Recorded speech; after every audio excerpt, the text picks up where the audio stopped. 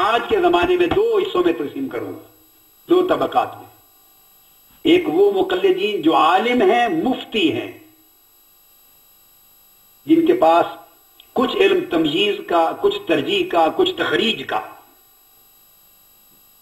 یہ جو مقلدین کے 3 درجے نیچے آئے ہیں، 4، 5، 6، تخریج، ترجیح اور تمییز، ان کی کچھ صلاحیت تھوڑی تھوڑی ان کے پاس ہو تاکہ فتویٰ دے سکیں، کثرت کے ساتھ مطالعہ اور دلائل کو لینا، کبھی ضعیف کو دیکھنا۔